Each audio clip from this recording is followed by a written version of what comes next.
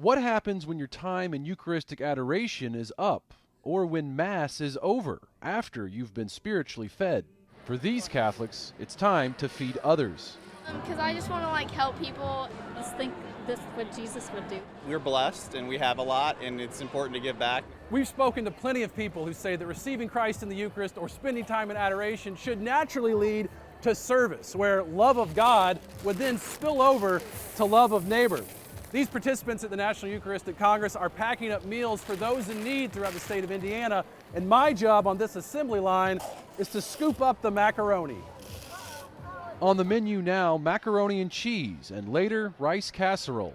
These packaged meals made ready to go to those who need them most. The volunteers are on a mission to stuff, seal, and box 360,000 meals over 2 days at the National Eucharistic Congress, preparing them to be shipped to food pantries.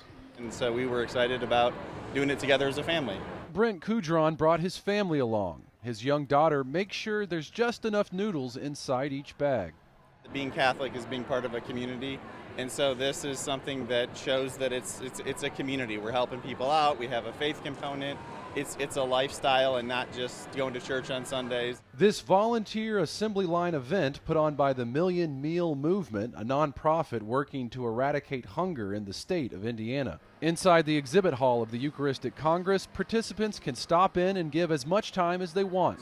I just wanted to dedicate at least an hour here to our Lord and give back His love to me, to others. Volunteer Oscar Lopez believes it makes sense to have this meal packing project accessible, adjacent to Lucas Oil Stadium, where tens of thousands of Catholics are receiving Christ in the Eucharist. He has given everything in the Eucharist to us, so it's perfectly normal for us to just give back to Him in service, to others.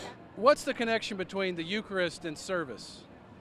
Well, Christ's whole life is service, and we're all children of God, and if you're not reaching out helping people, it's really easy to lose sight of that and worry about your own agenda. The gospel mandate to serve others is not a concept lost on young Catholic Elin Burnett.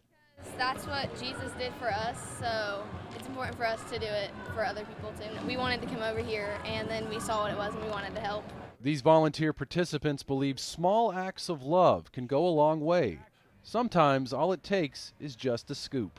If everyone does something little, then the difference will be big. Mark Irons, EWTN News.